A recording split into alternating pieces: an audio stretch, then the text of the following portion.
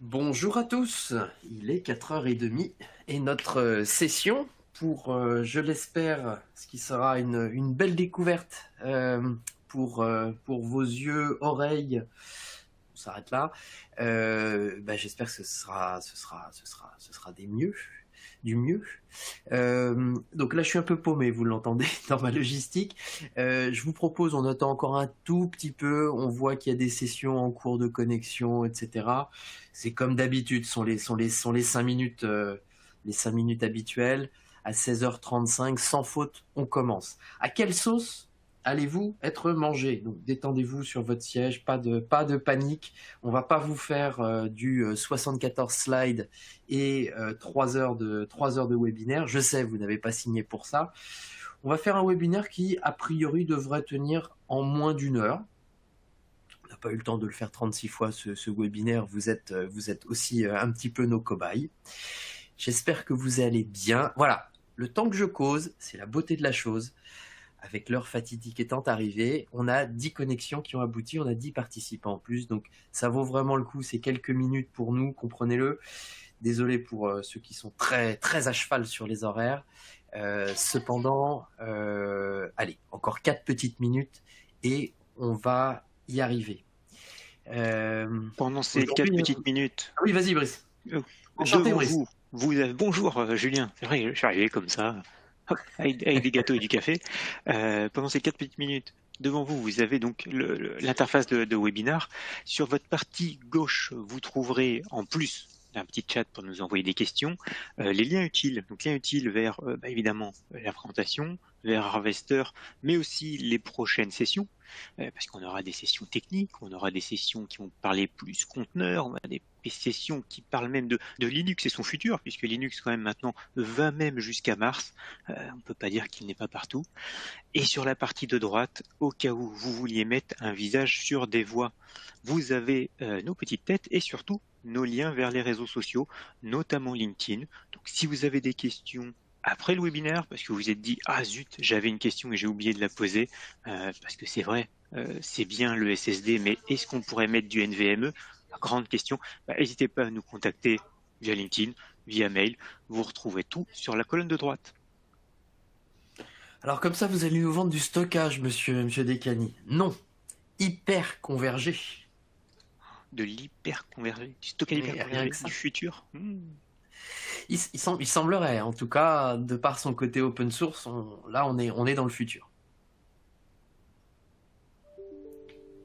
33, allez, 2 petites minutes. Je fais un rafraîchissement. Ouais, ça valait le coup, allez. On en a récupéré encore 6.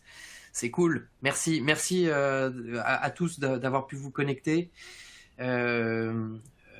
Pour nous, je vais pas vous faire la petite musique, que c'est une date spéciale, etc. Mais en tant que tel, le fait de lancer Harvester, d'en parler publiquement ou avec nos partenaires, avec nos clients bien entendu, c'est un petit peu important. C'est quand même une date un petit peu importante. On va revenir, on va essayer de revenir un petit peu sur le pourquoi. Pour une fois, là, ça peut nous sembler être une date un petit peu importante.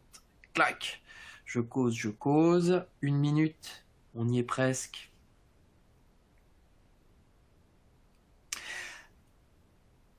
Alors, Olivier, parfait.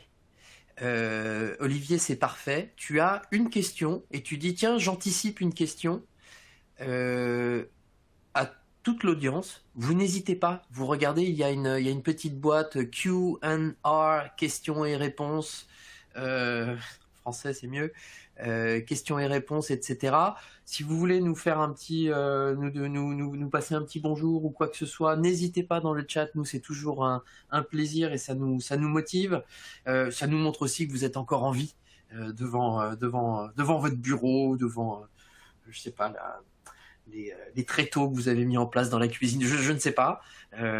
Chacun improvise. Donc n'hésitez pas à mettre un petit mot ou tout du moins repérer là où vous pouvez poser les questions. Le principe c'est que on va collecter toutes les questions tout au long de la présentation, courte présentation, hein, pas vous prendre la tête plus que ça. Et c'est parti. Enchanté, Patrick. Super.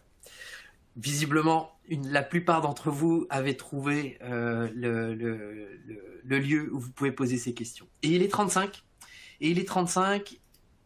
Donc c'est parti. Merci à tous d'avoir pu vous connecter pour cette session concernant un nouveau produit. Donc, je m'appelle Julien Niedergang, je suis de la société SUSE, je suis un ingénieur qui est rattaché aux ventes. J'aide les vendeurs à faire de belles affaires. Et les belles affaires, ça passe par évidemment avoir une architecture, avoir un domaine technique qui soit en cohérence avec vos projets. Donc on les accompagne pour parler technologie et pour être finalement votre garantie technique et leur garantie technique. Je suis accompagné de Brice, donc c'est mon puissant collègue. On a exactement les mêmes activités, on couvre toute la gamme SUSE. Parlons de notre sujet du jour, donc l'hyperconvergence qu'on va définir et le produit Harvester. Donc Harvester, c'est l'anglais pour moissonneuse. On reste dans le thème du ranch, hein, avec rancher, ses vachettes, etc. Jusque là, tout va bien. Allez, c'est parti. Vous allez être mangé à quelle sauce? Une petite introduction, donc on va essayer de resituer un petit peu le jeu de l'hyperconvergence et on va essayer de commencer à situer ce produit. On va aller regarder quels sont les composants de Harvester. Hein. Nous, on a pris donc les slides de notre puissante corporation. Vous ne lui direz pas. Et évidemment, on a rajouté nous ce qu'on aime bien, à savoir des slides d'architecture. Est-ce qu'ils sont à la bonne place? Allez savoir, vous commenterez. Mais en tout cas, vous aurez du slide d'architecture. On va essayer de se projeter, voir un petit peu comment ça marche dans son environnement Harvester. On vous promet une démo, vous aurez une démo, vous allez certainement nous voir cliquer furieusement. La démo est d'autant plus sympa avec Harvester que vous avez, je l'espère pour la majorité d'entre vous, eu au moins un aperçu, voire une expérience sur des outils Rancher. Les outils Rancher apportent une interface des plus agréables, très agréable. Alors, pardon. On peut toujours tout améliorer. Hein. On part du principe que on peut ne jamais être satisfait et qu'on peut toujours mieux faire. Malheureusement, je fais partie de ces gens-là. Mais à un moment donné, c'est l'histoire du mieux qui est l'ennemi du bien. Il y a force est de constater que les interfaces développées par les équipes Rancher sont très bonnes, très stables, très performantes. Visuellement sympa. On en discute tout à l'heure. D'ailleurs, lorsque je vais vous présenter Harvester, vous aurez le droit de me faire des commentaires quant à la forme. Et si vous avez des commentaires sur le fond, je serai preneur évidemment aussi. Donc une petite démo. Questions-réponses. Donc les questions-réponses, si cela vous va, on va tout noter dans le chat. Mettez toutes vos questions dans le chat. Quand ce sera Brice qui prendra un petit peu le micro, que je le laisserai, etc., moi je retournerai au chat. Pour l'instant, Brice, vous avez dû le remarquer, est dans le chat et essaie de répondre à vos questions, interrogations, pré-questions, etc.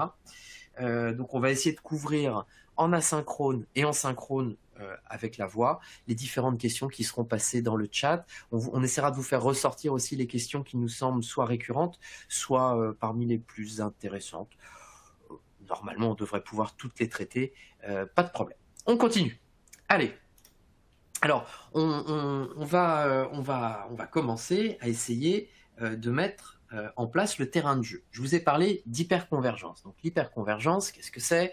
C'est le fait de réunir un moteur pour la virtualisation de systèmes, de machines, faire des machines virtuelles, et avoir sur les mêmes nœuds qui vont porter ces machines virtuelles, avoir un système de stockage distribué, avoir un système de stockage persistant, qui soit à disposition de cette plateforme, notamment pour permettre aux machines virtuelles de consommer ce stockage persistant. Donc sur un seul et même nœud, vous avez le stockage, les machines virtuelles, évidemment, vous avez besoin de qualité pour vos productions, vous avez besoin de qualité de stockage, qui vont être la protection des données, tout simplement, le fait de réécrire plusieurs fois la donnée ou de hacher la donnée et de la disperser sur différents médias, on va faire simple, sur différents disques, systèmes de stockage.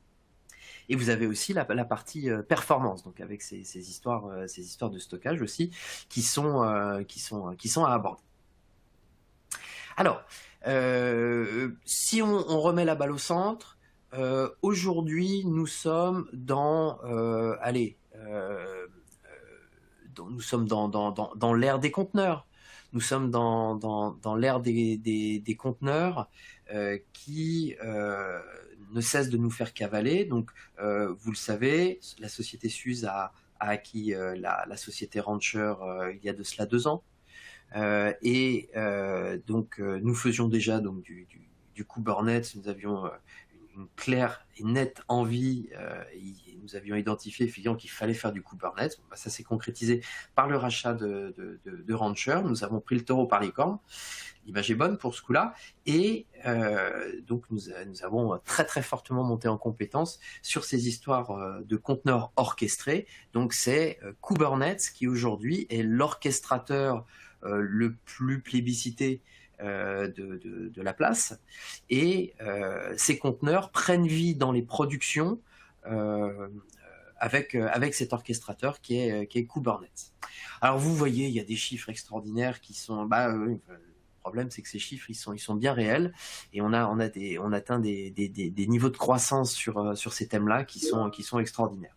Ensuite, vous avez ce qui est de l'ordre du commun, ce qui n'est pas de l'actuel, ce qui est maintenant de l'ordre du banal.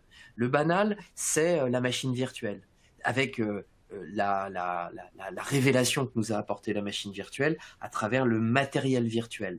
Et c'est ce matériel virtuel, processeur, mémoire, disque et réseau, vous mettez un petit V devant, on y est, et c'est ce matériel virtuel qui nous a apporté tant au début, vraiment tout début du 21e siècle, là, c'était quoi? C'était 2002, première machine virtuelle en production, et grosso modo 2003, 2004, c'est là où on a vraiment les gros commencements.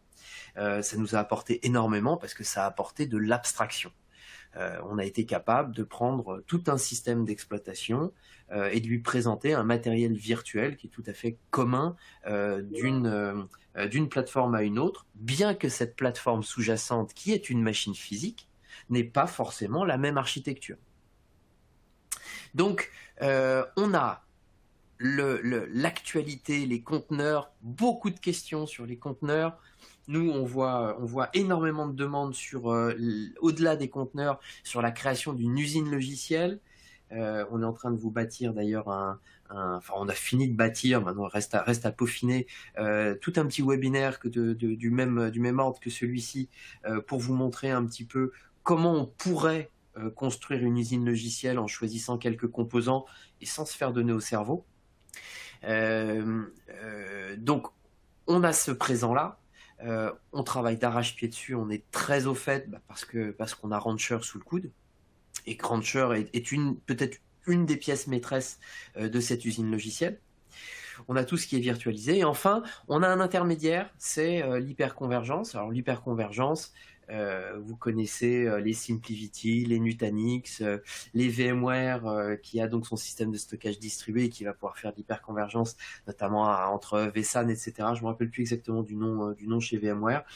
Mais étant donné qu'on rentre sur le marché, je vais très certainement avoir le plaisir de le connaître, voire de me le tatouer sur la peau, vu ce qui se passe du côté POC Rancher, où on rencontre très très souvent OpenShift, Tanzu, etc. et où on se bagarre gentiment, poliment avec les compétiteurs. Là, ça risque de donner la même. Donc, j'aurai un meilleur niveau de vocabulaire à la suite. Ce marché hyper convergé, il est tenu par les Nutanix et VMware principalement. Et ce que vous pouvez entendre, c'est que il y a très très peu d'open source là-dedans. Alors il y a Nutanix qui utilise le moteur KVM AHV, donc ils ont remis ça sous AHV, mais c'est pas exactement de l'open source. Super moteur, très bel habillage. Et ben je vous le donne en mille. Ce qu'a fait l'équipe d'ingénierie Rancher là, c'est alors Tanzu c'est la baston, je viens de voir un petit truc popper. Tanzu c'est la baston côté Rancher. C'est plus plateforme de casse, presque pseudo-pass sur certains plans. Je vais retrouver. Donc sur la partie hyper convergée, vous avez un marché qui est assez mûr où il manque cruellement de l'open source. Mais alors attention, je vais pas y aller en demi-mesure sur la partie virtualisation. C'est principalement KVM dont vous allez vous souvenir, Xen probablement pour certains un petit peu aussi. Hein. C'était d'excellents moteurs de virtualisation. Le seul problème, c'est que nous n'avons jamais eu en open source une plateforme capable de gérer de multiples hyperviseurs, de gérer du cluster de ces hyperviseurs pour qu'ils fonctionnent ensemble, qu'ils soient automatiquement raccordés ensemble, qu'ils soient capables de s'échanger de la machine, de se partager du stockage, etc. Et d'avoir aussi une résilience, etc. Qu'il y ait une notion de quorum, qu'il y ait une notion de cluster, que le cluster soit lui-même au courant de la santé de ses différents composants. Ça nous manquait clairement, cruellement, pour y aller. Et c'est pour ça qu'on est super excité aujourd'hui. On va y aller. Je vais vous présenter un petit peu les différents composants de Harvester. Alors Harvester, comme vous le voyez, on a eu un premier commit du côté de juillet 2020. Donc c'est un projet qui a mûri dans les labos Rancher. On s'amuse avec la bêta, nous, pour notre équipe, depuis avril 2021. On s'y est intéressé vraiment à la toute première bêta, et on est alors une deuxième raison pour laquelle on est très excité par rapport à cette présentation, c'est que le produit ne nous a pas déçus depuis la version 0.2 qu'on a gardé d'ailleurs en bêta pendant un sacré bout de temps du côté de notre lab sur lequel on va jouer tout à l'heure. Il nous a vraiment pas déçus parce que stabilité superbe. Évidemment, alors dans la 0.2, évidemment, il y avait des détails. En fait, il y avait plus des incohérences d'interface homme-machine qu'autre chose. Proxmox, c'est tout à fait vrai, mais Proxmox n'est pas open source. Open source HCI. J'en profite, j'ai les yeux qui tombent là et puis ça pleut. Oh, attention. Alors l'open source HCI c'est Hyper Converged Infrastructure. Donc c'est infrastructure hyper convergée open source. Je suis d'accord que c'est mieux, surtout HCI, il faudrait... Alors peut-être que je l'avais mis avant, note pour plus tard. Je note pour plus tard, on va corriger ça. C'est parti pour les composants Harvester, trop de détails. Donc comme vous l'avez entendu, on est très très très étonné de la stabilité du produit depuis la première bêta, et puis maintenant le positionnement en tant que tel, c'est cool d'avoir de l'open source pour faire de l'hyperconvergence, créer du cluster, vous allez voir, il y a plein de trucs à faire. Alors, Harvester, donc c'est une plateforme de virtualisation. Donc on va tous dire tout de suite, avec Harvester, vous allez créer de la machine virtuelle. Si on voulait un sujet pas sexy, on y est presque. Cependant, on a encore on a encore quelques défis dans certaines structures, etc. Vous allez créer de la machine virtuelle sur une plateforme dite hyper convergée. Je vous le redonne, vous avez le compute, processeur mémoire, on va ajouter le réseau avec tout ceci pour votre machine virtuelle, et l'hyper-convergé va ajouter du stockage, ou, je vais même m'arrêter là, vous aurez quelque chose d'hyper précis dès l'instant qu'on va passer au slide suivant et que je vais vous commenter l'architecture. On continue, vous avez un mode de déploiement qui se veut le plus simple possible. Alors nous, on s'est amusé pas mal à se faire du PXE parce qu'on va gérer un cluster d'hyperviseurs, de nœuds hyperviseurs qu'on va fédérer entre eux. et sur lesquels on va avoir tout un tas d'avantages à opérer en tant que cluster concernant la résilience, la scalabilité, etc., etc. Donc vous avez soit une bête image ISO pour installer votre premier nœud, soit on va faire du PXE avec tout un tas de... donc nous on s'est amusé à utiliser notre SUSE Manager pour faire le déploiement de l'intégralité de nos nœuds. Ça marche remarquablement bien. C'est une plateforme qui doit attirer votre attention si vous avez des sujets du type Edge Computing. Vous savez, le déport justement des capacités de calcul loin, plus ou moins loin de vos centres de données ou autres hébergeurs.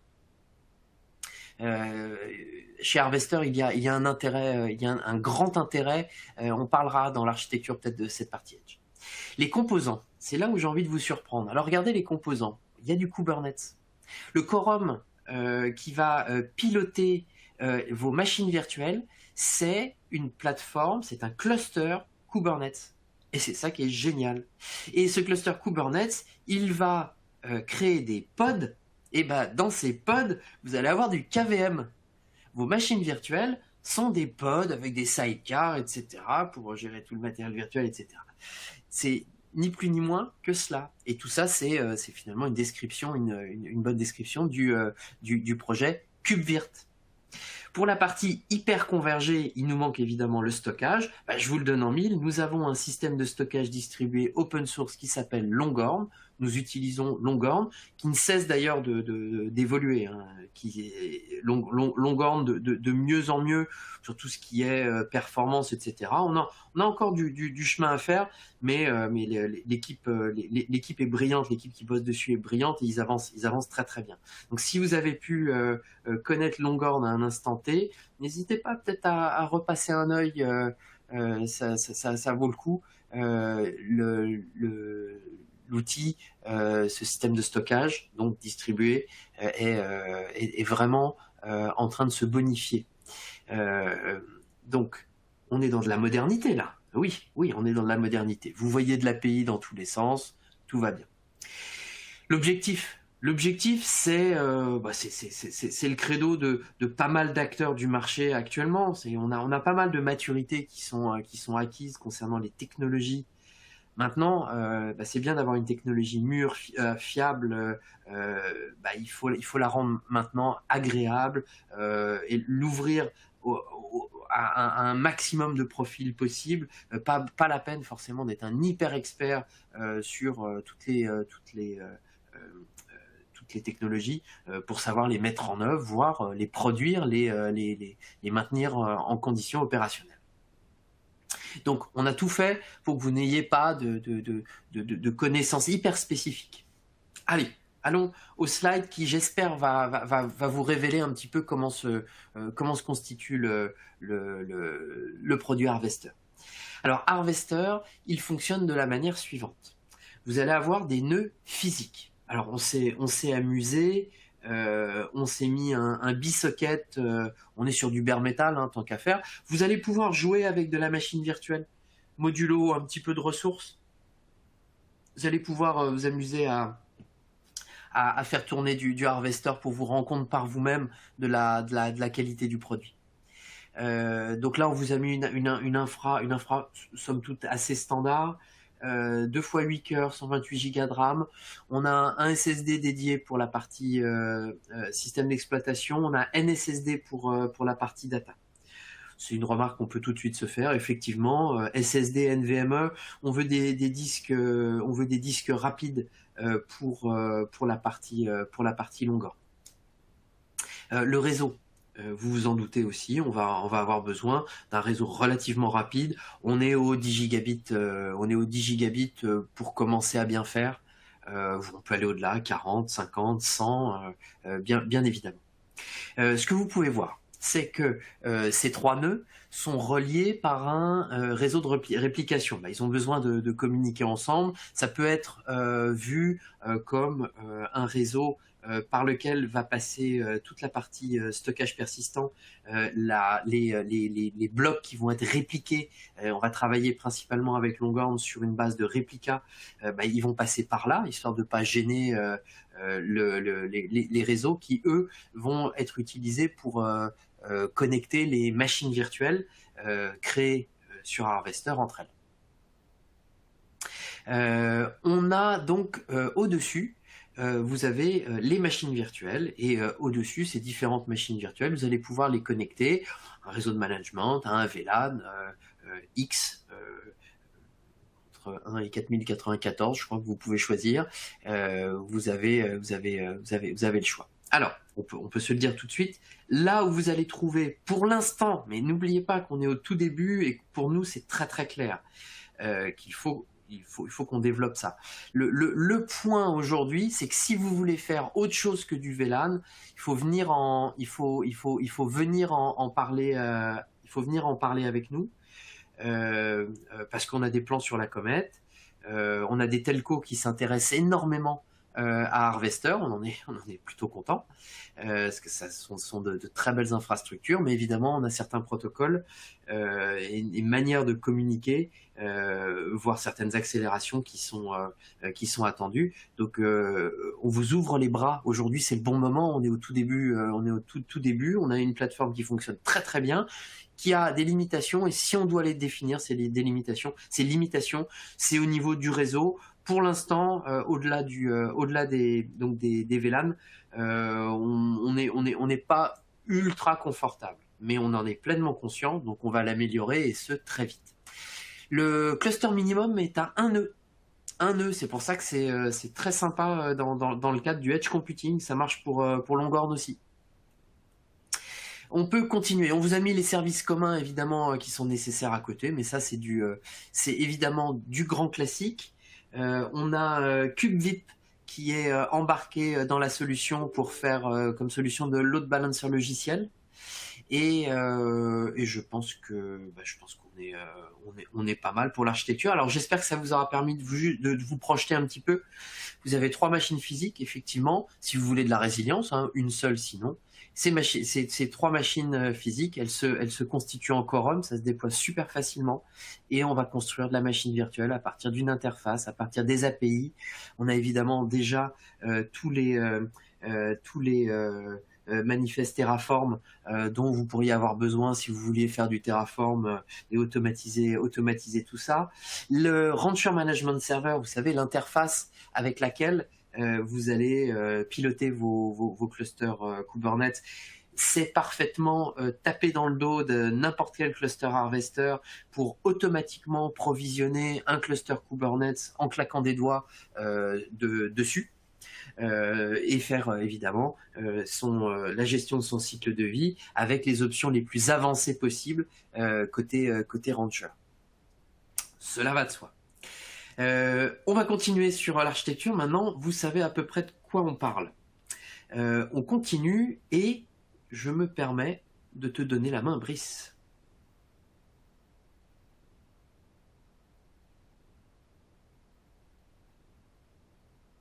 Brice est peut-être quelque peu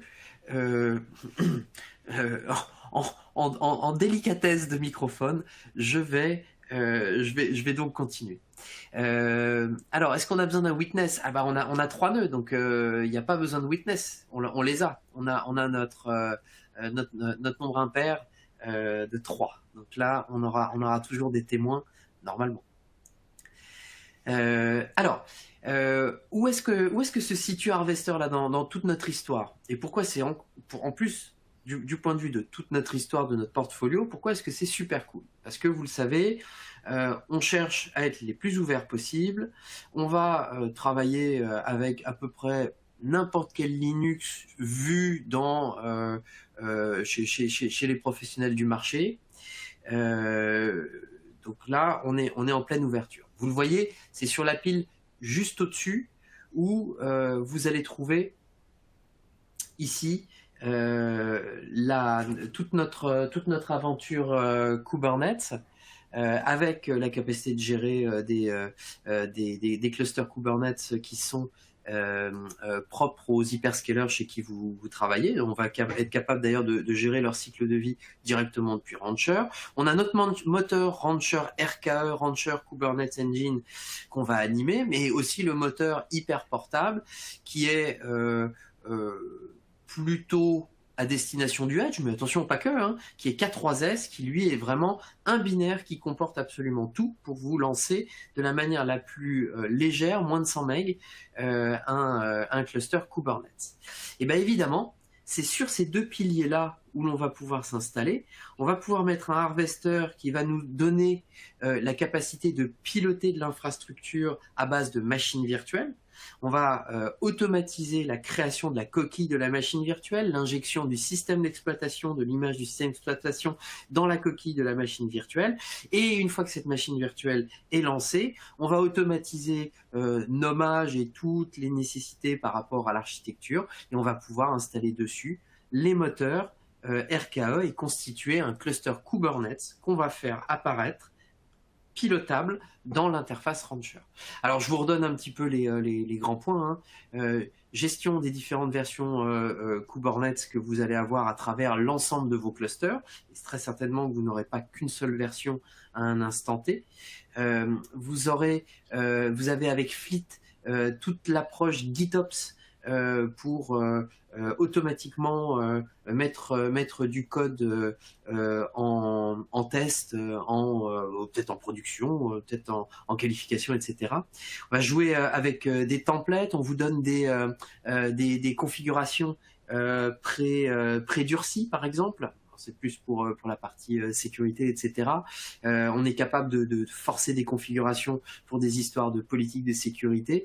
Toutes ces options-là, finalement, c'est au bénéfice, effectivement, de Harvester, parce qu'on va être capable vraiment de tout gérer sur la plateforme Harvester, qui a été vraiment développée aux petits oignons pour être pilotée, évidemment, par un rancher. Mais nous sommes dans de l'open source. Donc voilà où on se situe. Brice, t'es de retour? Tu voulais causer un petit peu ou pas? Je crois que oui. Oui. Non? Si. Non, mais c'est pas grave. Donc j'ai repositionné, je me suis permis de repositionner Harvester au niveau du portfolio où ça se situait. Tu veux dire quelques mots là sur le côté hybride?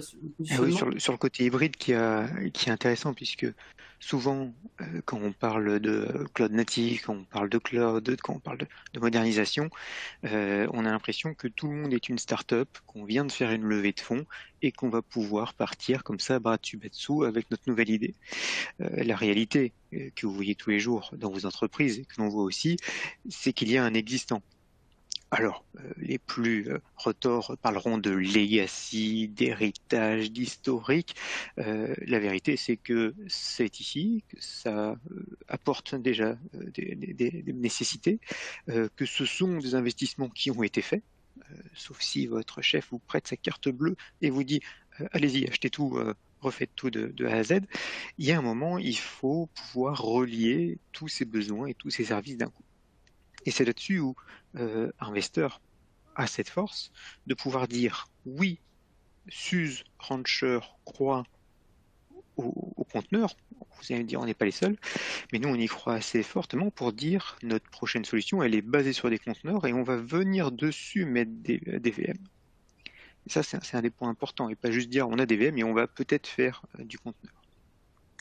Et pourquoi on veut faire cette interconnexion et comment on va faire pour qu'elle soit simplifiée, puisque l'hétérogénéité n'a jamais été une chose simple à gérer. Elle existe, elle est là, il faut qu'on compose avec, mais n'a jamais été simple à gérer. Eh bien, on va utiliser cette force qui est Kubernetes et qui a mis tout le monde d'accord depuis 2013 que Google a libéré cette technologie en disant eh ben, il faut que cette API Kubernetes elle soit devant tous mes types d'installation, tous mes types de workloads, et que je gère ces workloads et même ces composants de la même façon.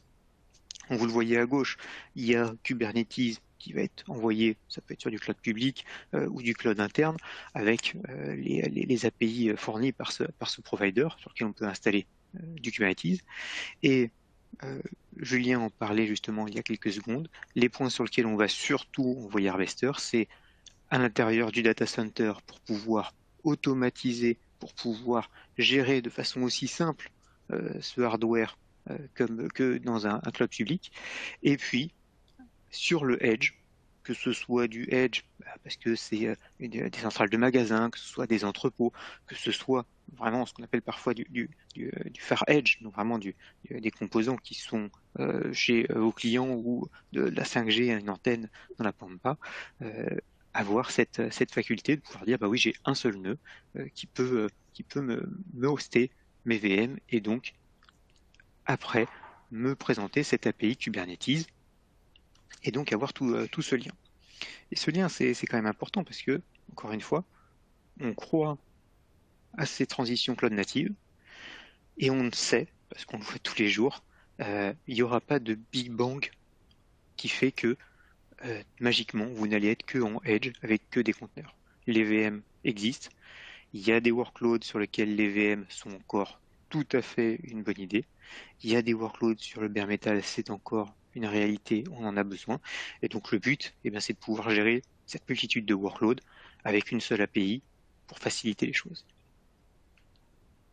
Alors, qu'est-ce que concrètement on veut apporter quand même avec Harvester? Parce qu'on vous a dit que c'était un nouveau produit. On sait que l'hyperconvergence, Julien en a listé plusieurs, VMware, on avait Nutanix qui est très connu. Dans le chat, je vois que vous êtes tous fans de Proxmox ou que, en tout cas, Julien vous a agacé avec sa vision peut-être un peu ancienne de Proxmox. Il avait la vision quand il y avait Xen et OpenVZ. C'est vrai que maintenant ils ont du KVN. Ils ont fait le choix Elixir pour les conteneurs. C'était pour vous titiller, on le connaît. Mais quel est le but de Harvester? Le but de Harvester, je vous le disais, c'était quand même d'unifier toutes ces infrastructures pour vous laisser le temps et surtout du temps de cerveau à l'application que vous voulez gérer et non pas gérer tout le data center avec une première solution que l'on hérite de la part de Rancher et de la vision qu'ils ont, qui est vraiment ce concept de turnkey. Vraiment, on met la boîte, elle démarre et ça marche tout de suite. Et ça, c'est vraiment un des points très intéressants qu'a poussé Harvester et qu'a poussé l'équipe Rancher de vouloir vraiment se dire on ne veut plus faire de micromanagement, de petits coups de tournevis, on peut les faire en background parce qu'il faut pouvoir adapter, mais le but c'est en sortie de boîte, il faut que ça marche. Ce deuxième pilier, j'en ai parlé assez longuement, c'est ce pont entre les legacy VM ou bare metal et les nouvelles clouds natives, parce que les deux, on va en avoir besoin. Ce n'est pas vrai que tous les workloads vont être migrés vers du cloud native. Comme le PC n'a pas tué le mainframe, aujourd'hui, dès qu'on commande un billet de train ou un billet d'avion, on passe par un mainframe. Ils sont là et on sait que les VM et le bare metal va continuer à être là. Il ne faut pas se le cacher, et c'est pour ça qu'on veut une solution qui sache gérer les deux et qui sache gérer les deux derrière une seule console, une seule vision et pouvoir vraiment faciliter. Le troisième point, il est quand même une vision assez claire. C'est quelque chose que le cloud avait déjà apporté, c'est d'éviter la spécification, la spécialisation. On veut de la standardisation, on veut que un serveur standard avec CPU, RAM et disque dur puisse contenir n'importe quel workload. On sait qu'il y a eu des phases avec des hardware spécifiques, on sait qu'il y a du SAN qui est spécifique. Le SAN a ses points forts, là-dessus on ne met pas ça de côté, on va pouvoir utiliser du SAN, mais il y a certains use cases où on veut s'en passer et on veut pouvoir s'en passer. Et le dernier point, et c'est celui-là sur lequel on est très fier, et c'est celui-là sur lequel on veut militer aujourd'hui, c'est que cette stack HCI, donc d'hyperconvergence, elle est 100% open source. Julien vous les a montrés, mais on veut les répéter. C'est Kubernetes pour l'orchestration, c'est KVM, donc le noyau Linux, noyau qu'on utilise jusque sur Mars dans les petits hélicoptères pour gérer ces VM. C'est aussi du stockage résilient, partagé, qui puisse grossir et faire de la scalabilité, encore une fois, open source, et vraiment avoir tous ces trois grands composants qui sont en open source. Je viens de parler de la partie réseau. C'est vrai qu'elle est encore un petit peu jeune, mais avec les arrivées de Cilium, de Multus, là encore des projets open source que l'on veut mettre dans cette stack pour être sûr de tirer parti de l'open source, c'est-à-dire, l'innovation. Je vous rappelle un peu le schéma que vous a montré Julien. C'est-à-dire qu'en juillet 2002, on commençait à faire la solution. Aujourd'hui, on la présente en GA. C'est quand même quelque chose d'assez rapide et de très fort. On vous la présente en GA et on va se faire vraiment on est entre nous, on peut se parler. Elle est déjà utilisée en production par certains de nos clients. Et surtout, open source, ça veut dire que si demain, quelqu'un comme Suze, vous dites, oh bon, les logos verts et bleus, il y en a marre, le service qu'il m'apporte ne me convient plus, on se serre la main, avoir mis un peu de gel hydroalcoolique, on se serre la main et on dit ok, désolé, peut-être notre service, nos êtres humains n'ont pas été bons, mais au moins la technologie, elle est chez vous. Vous n'êtes pas pieds et mains liés, vous n'êtes pas obligé de continuer avec nous, et n'importe qui, et on parle vraiment de Linux, KVM et Kubernetes, il y a beaucoup d'acteurs, pourra continuer à vous aider sur ces choix que vous avez faits.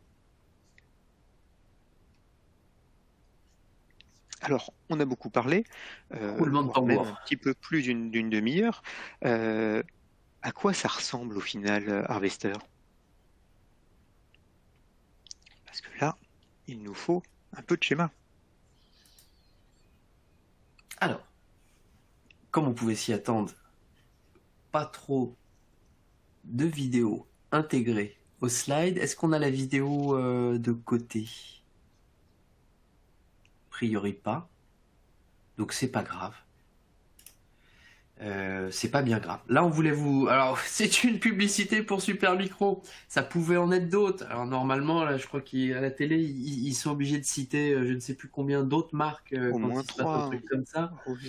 Hein, donc, nos très chers d'HPE, Dell, Fujitsu, Hitachi, tous les copains qui font des serveurs, là, c'est dans ces moments-là... on les oublie tous. Donc ça va s'installer donc sur n'importe quel matériel pour l'instant de type x86. Vous le savez, c'est la mode. On est attentif à l'univers ARM. Donc vous ne serez pas surpris effectivement de voir des distributions SUSE et très certainement avoir Harvester qui se met sur un serveur ARM à un moment donné. Là, ce qu'on voulait vous montrer, c'était l'initialisation du premier nœud. L'initialisation du premier nœud, grosso modo, c'est je mets une galette où je fais amorcer mon système. Je suis capable de lui donner un fichier de réponse à ce système et ce premier nœud, il va s'installer, il va générer un token qui sera propre au cluster. Et évidemment, tous les services vont démarrer. Harvester fonctionne sur un seul nœud. Un stockage distribué sur un seul nœud, la distribution, il faut la voir, il faut s'y accrocher, mais ça fonctionne sur un seul nœud. Ensuite, ce qu'on voulait très simplement vous montrer, c'était tout simplement la possibilité de mettre à l'échelle votre cluster, d'ajouter de la ressource dans votre cluster. Donc là, on ajoute un nœud. Là où dans la vidéo, vous auriez vu qu'on allait cliquer, regrettez pas, détendez-vous sur votre siège, relâchez les épaules, vous ratez rien. La vidéo, c'était plein de textes qui bougent dans tous les sens. Il y avait vraiment plus sexy à voir. Et ce qui était finalement le plus intéressant, c'était ce menu. Parce que nous, on utilise Create a New Harvester Cluster. Alors, vous vous en doutez, à un moment donné, on va devoir donner un nom à une machine, on va devoir sélectionner éventuellement les cartes réseau qui vont être mis dans le monde, qui va permettre de servir tous les sujets réseau du cluster, tout du moins la partie initiale. C'est ce genre de truc-là. Donc, le menu là, il est très intéressant parce que la simplicité de la chose, hormis ces détails techniques tout à fait banals, l'avenir de mon cluster, elle se situe là. Donc j'ai fait Create a New Cluster, j'ai un token, j'ai tous les services qui sont initialisés. Je vais faire Join an Existing Harvester Cluster. Je vais lui mettre l'adresse de management que je lui ai définie, tout du moins qui m'a défini lors de la création du cluster. Je vais insérer le token et ensuite, c'est génial, et ensuite, j'ai mon cluster qui sera étendu. Comme quoi, une bonne démo qui bouge, ça vaut tous les slides du monde. Alors, là, effectivement, on a la live démo. Ensuite, on va prendre les questions. Et comme on vous avait promis, on n'ira pas beaucoup plus loin. Alors, sous vos yeux ébahis, je vais maintenant partager mon écran.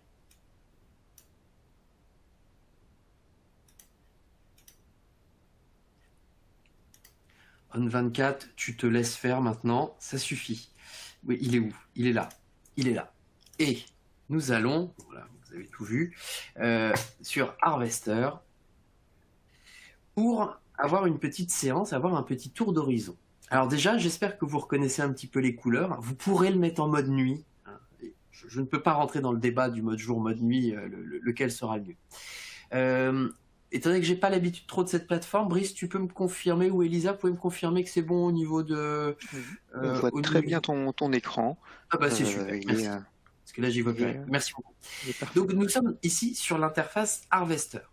Nous sommes au niveau donc, du dashboard. Alors là, vous voyez, j'ai un cluster avec 4 nœuds.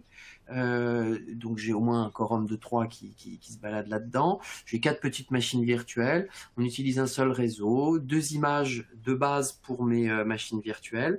Et on a 6 volumes. Donc ça, c'est la partie volume persistant qui sont traités par longueur. Vous avez ici évidemment les consommations vues côté CPU, mémoire, stockage. Et ici, pour ceux qui connaissent bien Rancher, vous savez qu'une des forces, c'est d'installer le Rancher Management Server, de prendre le contrôle d'un cluster sous-jacent, et paf, en un claquement de doigts, vous avez une interface à base de Prometheus Grafana qui va vous donner tous les logs de tout ce qui se passe sur votre architecture. Donc là, c'est la même. Et évidemment, avec tout un tas de dashboards qui ont été spécifiquement développés pour les machines virtuelles, pour que vous suiviez la vie des machines virtuelles qui se cachent derrière des pods. Donc on regarde les ressources dans des pods. Vous savez, on peut limiter les ressources dans des pods. On va pouvoir avoir le scheduler du cluster Kubernetes qui porte Harvester, qui dès qu'il voit qu'un des pods est soit perché, soit mort, il va être capable de le redémarrer. Donc c'est tout ça, toute cette mécanique de résilience, le live migration, évidemment, on se devait de vous l'apporter dès la version 0.3. Je crois qu'on l'avait en place, il l'avait développé, mis en place. Vous avez tout pour faire de la manière simple et efficace de la production de machines virtuelles avec ce Harvester. Cette partie monitoring observation en est une première bonne démonstration. VM matrice qui est ici, etc. Vous voyez un petit peu l'idée. On continue. Allez, je vais aller regarder un petit peu de plus près mes hôtes. Donc j'ai des hôtes. Alors on a eux on leur a mis je crois du disque flash, ils ont 2 disques d'un téra chacun, un petit peu, bon voilà, c'est pas de quoi casser 3 pattes à un canard, hein, c'est du vieux, mais ça marche remarquablement bien. Vous avez ici donc les taux de consommation, etc. S'ils vont bien ou pas, vous pourrez avoir tout un tas de détails dedans, et tout va bien. Ce qui va vous intéresser, c'est évidemment le point suivant, c'est voir un peu les machines virtuelles. Comment est-ce que je vais pouvoir exploiter, trier mes machines virtuelles grâce au Rancher Management Server que vous auriez au-dessus de Harvester, par exemple, on va être capable de traiter le fait d'authentifier vos utilisateurs et de donner des droits à vos utilisateurs sur les ressources d'Harvester qui sont à présenter, à déléguer ou pas. Là, un truc tout bête. On va aller se prendre une... Ouais, voilà, le mec il clique. Bon voilà, je suis dans une machine virtuelle, je suis en train d'éditer une machine virtuelle. Vous avez tout un tas de paramètres, tout ce qu'il y a de plus standard que vous allez pouvoir y voir. On va pouvoir ajouter des volumes, plus ou moins à chaud. Normalement à chaud, dès l'instant que vous avez le matériel virtuel qui va bien, tout ce qui est Virtaio, etc. On va pouvoir faire de l'échange de clés SSH. Alors ça, par exemple, c'est une machine qui a été déployée par un Terraform qui a donc reçu automatiquement la clé publique, la clé publique du serveur sur lequel à partir duquel on veut pouvoir se connecter dessus. à partir duquel on va vouloir se connecter sur la machine Tessuma Ubuntu 2. Excusez-moi pour... tout va bien. Là, on a les métriques qui lui sont propres. Si je veux vraiment aller depuis l'interface, aller regarder ce qu'elle est en train de consommer, etc. Des fois pas mal pour le debug. Toute la partie cloud config, si vous mettez un cloud init, etc., on va pouvoir l'intégrer là-dedans. Donc là, par exemple, ce que vous voyez, c'est qu'on met les QEMU guest agents. Ça, c'est pour avoir, par exemple, les remontées des adresses IP au niveau de l'interface, ce genre de choses. On met à jour notre authorized keys pour pouvoir avoir tout en place en termes de connexion et pas avoir de login mot de passe qui traîne dans tous les sens. Les événements, etc. Tout ce qu'il y a de plus simple. Pour l'instant, pas d'événement de migration, c'est pour plus tard. On a ici le basique. Ce que je voulais vous montrer tout à l'heure, c'est tout simplement ça. Moi, je me suis rendu compte qu'avec le... Oui, je sais, c'est mal. Qu'avec le... Mais c'était pour faire vite. Qu'avec le temps, il y a des petites choses toutes bêtes à vérifier quand vous avez un nouvel hyperviseur en main. Une de ces petites choses, c'est bête, hein, j'assume pleinement l'empirisme total de cette démarche, mais c'est tout simplement de regarder si la console, elle est cool, elle est rapide, flexible, efficace, sympa. Comme vous le voyez, elle est redoutablement efficace. Alors c'est un point que je t'en prie. dans les questions remontait, et je pense que c'est un point sur lequel on veut appuyer. Que ce soit Harvester ou l'interface Rancher, vous avez sûrement reconnu, si vous avez Rancher 2.6 sous la main, ou vous avez vu nos webinaires avec Rancher 2.6, on est exactement sur la même interface et pouvoir aider. On le sait, le but de Kubernetes, le but de Harvester, ça va être d'automatiser, d'avoir de l'API, du Terraform et tout ça. Mais quand on découvre, ou quand il est 3 heures du mat et qu'il faut comprendre pourquoi ça ne marche pas, une interface sur laquelle on peut cliquer, avec cliquer juste sur View Log ou se connecter. C'est mal de se connecter en shell dans un conteneur, mais pour débugger ou avoir cette console parce qu'il n'y a plus de réseau et qu'on tape root parce que le mot de passe c'est root, c'est quand même pratique. Et c'est là-dessus sur lequel ces interfaces sont redoutables et très appréciées. C'est qu'au final, même si on n'a jamais utilisé Harvester, tout de suite on retrouve ces petits, tout de suite on retrouve un domaine qu'on connaît. Oui, une VM, elle a un réseau, elle a du stockage, elle a une console. Rien on n'est pas perdu. Donc le principe vraiment de ne pas être perdu, vous vous en doutez, c'est un axe majeur, hein, parce que nous savons que nous abordons ici un marché de commodité, hein. C'est vrai que faire de la machine virtuelle, c'est assez simple. Faire de la machine virtuelle dans le cadre de l'open source, et je ravale évidemment tout ce que j'ai pu vous dire, et parce que je vais relire mes fiches très attentivement sur la partie entre Proxmox et l'autre là pour la partie Xen, que je connais beaucoup moins, j'avoue. Je vais relire ces fiches, on va avoir le tenant d'aboutissement. On sait que c'est tout ça, c'est de la commodité. Donc le but, c'est de pas vous bousculer, mais c'est évidemment avoir un produit open source qui vous retire à peu près toutes les chaînes ou toutes les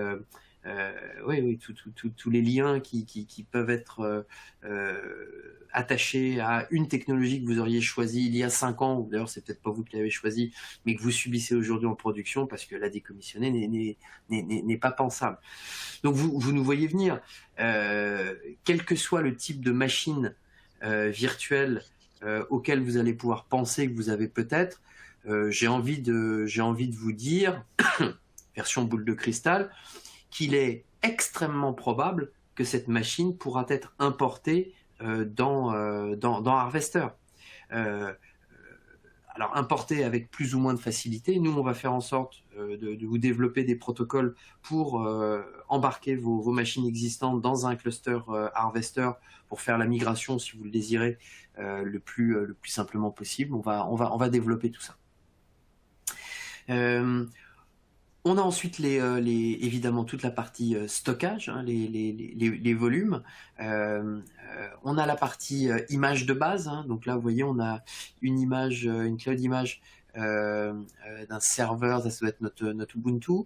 On a ici un petit SLE 15 SP3 SUSE qui est mise à disposition, et c'est à partir de ça qu'en local ici on peut déployer ces différentes images. On va travailler avec des namespaces. Alors ce sera important ces namespaces notamment pour la délégation de la plateforme, hein. Si on doit authentifier vos utilisateurs par rapport à un annuaire d'entreprise, par rapport à votre annuaire d'entreprise, eh bien là-dessus il faut que vos machines soient correctement rangées, il faut que l'espace soit correctement rangé pour avoir une délégation simple et efficace. C'est là où intervient le namespace, et c'est juste un système qui vous permet de ranger votre chambre, qui me permet de ranger ma chambre. Dans la partie avancée, on a tout un tas de fonctions qui vont principalement être autour comment est-ce que je peux habiller ma machine virtuelle lorsque je vais l'exploiter avec Harvester. Donc on va pouvoir mettre ici avoir des templates de déploiement complet pour donc encore une fois avoir dans l'idée toujours plus d'automatisation, etc., etc. Voilà pour un premier tour, les settings générales. Voilà pour un premier tour. Brice, est-ce qu'on a de la question qui doit être soulevée Alors, beaucoup de questions que je classerais sous le mode roadmap. En effet, aujourd'hui, on est en GA, donc General Availability, qui est donc cette version 1.0 que vous voyez, et il y a beaucoup de questions qui sont abordées sur la version 1.1 qui va bientôt arriver. Ces questions sont du type, aujourd'hui, en effet, on a du QCO2, quand est-ce qu'on a de l'OVA, du VMDK, la récupération de VM existantes. Ce sont des choses, en effet, qui arrivent dans les prochaines versions, on s'y attendait. Une question qui revient, et en effet tu étais déjà passé dessus Julien, mais c'est vrai qu'il faut le dire, parce que on veut la réussite de nos partenaires et clients qui nous écoutent aujourd'hui. Le réseau aujourd'hui dans Harvester, c'est un peu la partie qui est la plus faible. On ne fait que du VLAN. Et donc, grâce à Multus, grâce à Cilium, on va améliorer ça. Mais en effet, sur toutes les questions réseau, aujourd'hui que du VLAN. Une chose aussi, vous l'avez vu, la partie avoir un réseau dédié pour le stockage, là aussi, c'est des choses qui arrivent dans la roadmap pour évidemment ne pas se taper une tempête de data dès qu'il y a un nœud qui tombe. Les questions qui étaient aussi très intéressantes, c'est aussi une partie très liée au marché existant. Une question qui était intéressante, c'était pourquoi avec Harvester, quand il y a déjà des produits open source tels que OpenStack, on a aussi CloudStack ou OpenNebula. Alors ces trois-là, ils sont très orientés IaaS, donc infrastructure as a service. Là, le but vraiment de Harvester, c'est de faire vraiment du HCI, donc vraiment de l'hyperconvergence, de laisser cette partie IaaS et CAS à Kubernetes pour créer tout ce qui va être load balancer, stockage et autres composants. Donc on va pas être vraiment, on va pouvoir reprendre quelques fonctionnalités de tous ces choix, OpenStack ou autres, mais là où nous on a quand même une conviction, c'est de dire demain va y avoir beaucoup de conteneurs et peu de VM, donc on veut baser cette infrastructure sur Kubernetes et le projet KubeVirt pour aller lancer des VM. Là où ces autres projets, en effet, ils disent on est ancré dans de la VM, on fait que de la VM et sporadiquement on va créer des conteneurs. Donc c'est vrai que fonctionnellement on peut les comparer, mais ce qu'on veut vraiment avoir nous c'est du conteneur et cette gestion qu'apporte Kubernetes. N'oublions pas cette API Kubernetes. Autre question sur laquelle c'était aussi en roadmap, vous voyez, parfois je les saute, quelqu'un qui nous demandait, et alors pour les GPU, les FPGA, ça rentre dans ce que tu disais, hein, Virtio, tout ce qui est SRIOV pour passer directement de la VM au hardware réel, j'allais dire du hardware physique, je dis n'importe quoi, au hardware réel, avec le fameux SRIOV, donc ça aussi, ça arrive, et globalement, si ça existe dans KVM, et on sait qu'il existe beaucoup de features dans KVM, ce sera intégré à Harvester.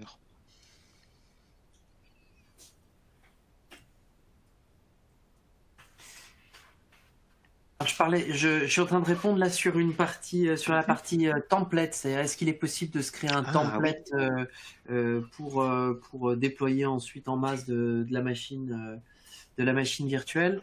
Alors, j'ai un tout petit trou dans la raquette, c'est pour ça que j'ai dit qu'à tous les coups c'est bon. Donc une chose est sûre, ça on va le faire parce que le principe d'utiliser un template pour déployer de la machine, c'est la base dans Harvester. On va utiliser une image de base qui peut revenir à un template.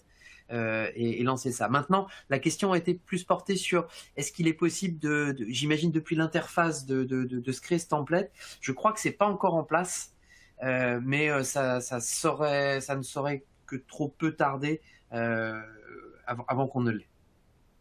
Pour la partie purement template. Là, c'est vrai que on va nous dire là, vous n'avez pas révisé. Dans la version 0.3, donc la bêta qu'on avait en novembre-décembre dernier, on pouvait donc créer une VM, puis la définir comme template. Donc dire, cette VM, les prochaines, je veux qu'elle lui ressemble. Mais est-ce qu'on peut tout de suite créer un template? Il y a de grandes chances, oui. Mais en effet... D'un point de vue overhead performance, tiens, ça c'est intéressant. Nos tests de charge, hein, alors nos vieilles machines, là, elles sont pas. Nous, ce qu'on a vu dans les tests de charge actuellement, c'est on voit pas l'overhead. Nous aujourd'hui, on le voit pas. Donc on est bon comme sur un hyperviseur classique. Ah oui, attention. Question. Vas-y. Non, je voulais juste dire attention. On a besoin de rouler plus notre boss. Hein. On partage avec vous d'ailleurs cet effort-là. Hein. On a besoin de plus rouler notre boss. On va continuer de s'amuser à surtout faire des tests, des montées en charge qui soient un petit peu plus larges. On n'a pas encore eu le temps forcément de passer énormément de temps sur cette montée. Question importante, alors on descend vraiment dans le hardware, mais est-il indispensable d'avoir des disques physiques dédiés au stockage? Alors, la réponse courte est non, pas obligé d'avoir des disques dédiés. On vous le recommande quand même, déjà pour avoir du SSD et être sûr d'avoir des très bonnes performances. Et après, Harvester accepte d'avoir des disques qu'on appelle les disques externes, que ce soit présentés par de la fibre, du SAN ou tout autre iSCSI. Mais attention à bien faire vos calculs, puisque Longhorn, lui, pour protéger la donnée, va la répliquer 3 fois. Donc si vous lui présentez du SAN qui, déjà par protection, on va dire, fait du RAID 1, et en plus, votre vendeur de baie, lui, fait derrière du RAID 5 ou du RAID 6 pour vous protéger, la moindre donnée que vous commencez à copier, elle va vous coûter en espace de stockage un coût assez lourd. Donc, en effet, on peut utiliser du stockage externe.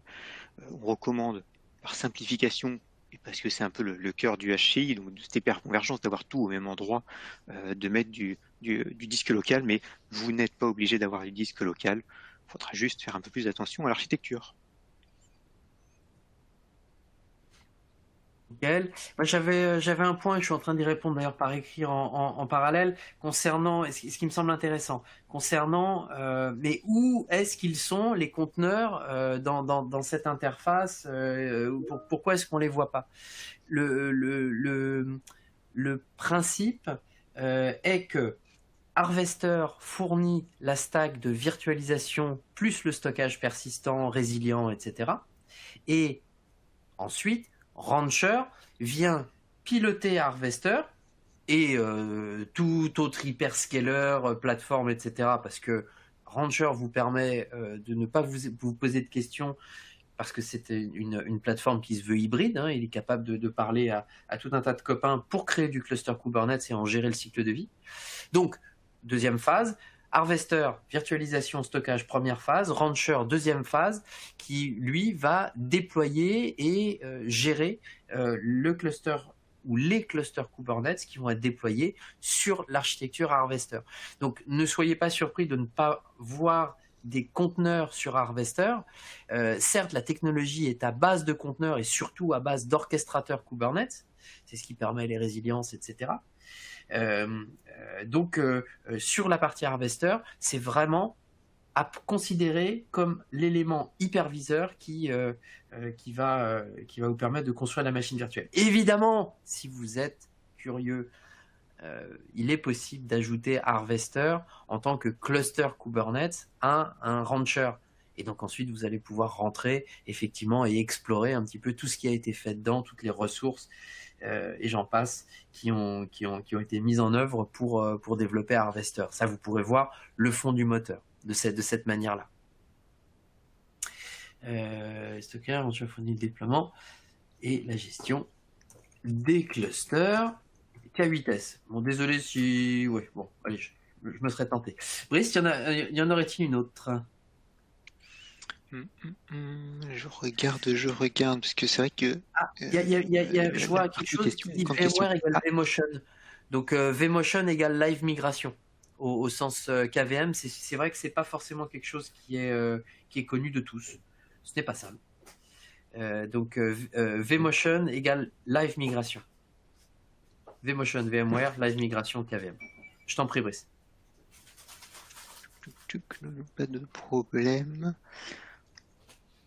On a une petite question, évidemment. La date de la 1.1.0, je l'ai absolument. Oui, c'est ce que j'allais dire. C'est courant. Alors, attends, c'est cette année. Je vais prendre la roadmap. Voilà, pour aller chercher. Moi, je pense que c'est au printemps qu'on avait la vision de l'avoir. Ce qui est sûr, c'est que de toute façon, fin printemps, on a l'événement annuel SUSE au global qui s'appelle la SUSECon et dans lequel on a nos gars de la R&D qui sortent de leur terrier et présentent toutes les nouveautés. Alors certaines nouveautés utilisables, certaines nouveautés vraiment très futuristes au sens technologique qui arriveront dans 2-3 ans.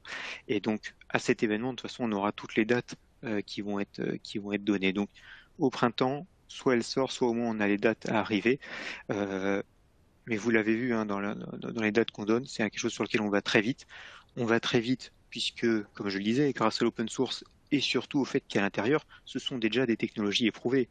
Kubernetes, KVM, ça fait un moment qu'ils roulent leur boss, donc c'est pour ça qu'on arrive à aller aussi vite, à sortir autant de versions. Mais Julien va revenir avec une date extrêmement précise, carrément avec l'heure de sortie. Pas du tout. Comment mettre des bâtons dans les roues de son collègue. Voilà, j'ai un prochain webinaire qui arrive sur cette question. Je comptais revenir dessus, là mais en fait il n'y a pas Harvester dedans. Voilà. Promis, on vous donnera ça a posteriori. Il y avait une très bonne question, mais je pense que la question n'est pas en entier. Si on veut faire du Kubernetes sur Harvester, on fait... Ah, il manque la fin de la question. Alors je vais transformer ça en phrase déclarative. Ah si, ça y est, la réponse arrive. On fait machine physique dans laquelle il y a une VM, puis le moteur de containerisation. Et bien c'est exactement ça. On a nos machines physiques qui vont porter Harvester, alors qui portent eux-mêmes un Kubernetes pour lancer ça, dans lequel on va aller provisionner via la fameuse cluster API de la VM, et ces VM vont avoir le moteur Kubernetes. C'est exactement ça. Donc un modèle assez simple. Ok. Il y a une question sur les partenariats. Évidemment, c'est un des points forts de Rancher, les partenariats et ce qu'on appelle, nous, les intégrations certifiées par Rancher. Aujourd'hui, la stack qu'on vous a montré, donc en effet, la VM avec Kubernetes, avec KVM et Longhorn, évidemment, on sait que ça ne va pas suffire pour la modernisation de l'application. Donc, il y a des choses qui sont fournies par SUSE et Rancher en un seul bloc, et on va aller travailler avec tout l'écosystème. Donc évidemment, ça va être par exemple pour tout ce qui est gestion des clés de chiffrement, des gens comme HashiCorp pour Vault. Pour ce qui va être pipeline, ça va être des Argo CD, des GitLab ou même GitHub Action. Pour tout ce qui peut être backup, ça peut être des gens comme chez Vim, comme chez Kasten, comme chez Tredio. Donc évidemment, tous ces partenariats, eh bien, on continue à les avoir. On a aussi des partenariats maintenant avec des constructeurs hardware. Vous avez vu le logo Supermicro qui était dans la vidéo, qui ne nous est pas lancé, mais on peut évidemment d'ores et déjà vous parler de HPE, de Dell, et tous les constructeurs que vous connaissez bien, avec qui on travaille pour avoir des bundles déjà tout faits.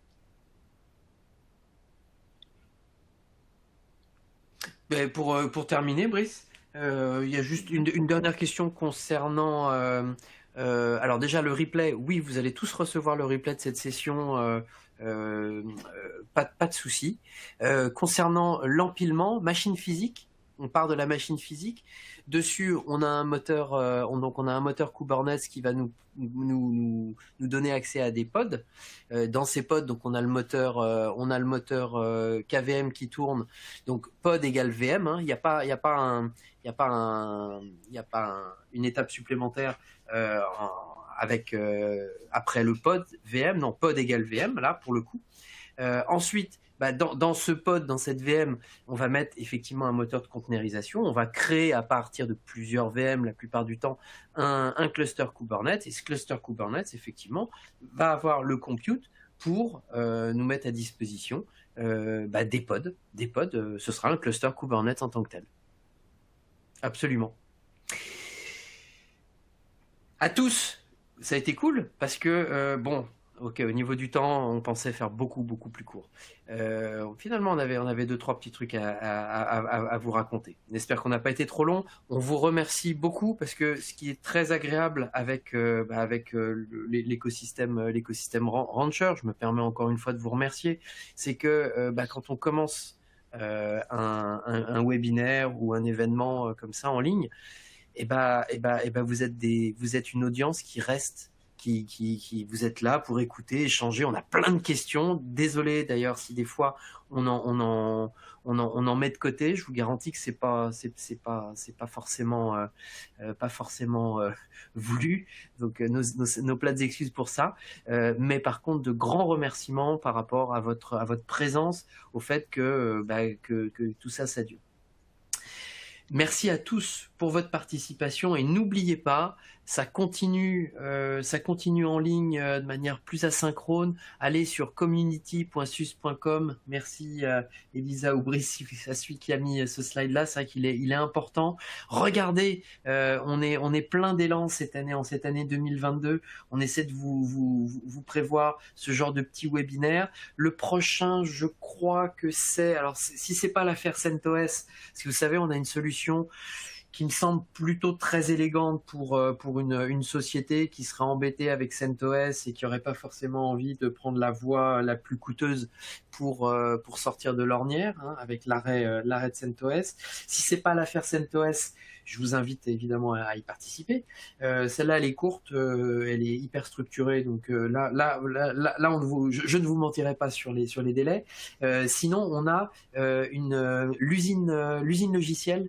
On vous a monté justement un exemple d'intégration de Rancher au sein d'une chaîne d'assemblage applicative, donc d'une usine logicielle. Donc on a fait ça avec du GitLab parce qu'on se rend compte que vous êtes pas mal à utiliser GitLab, hein. Donc on a mis du GitLab CI, GitLab pour le repo de code. On a du NuVector et du Arbor pour la partie registre et scan des images, scan des charges de travail en cours de fonctionnement. Évidemment toute l'histoire Rancher j'espère que vous viendrez nombreux à celle-là. On a mis pas mal d'efforts pour essayer de vous amener le plus sur un plateau. Comment faire très simplement cette chaîne d'assemblage applicative et comment la mettre à disposition d'équipes de développement, de qualification ou de responsables de production.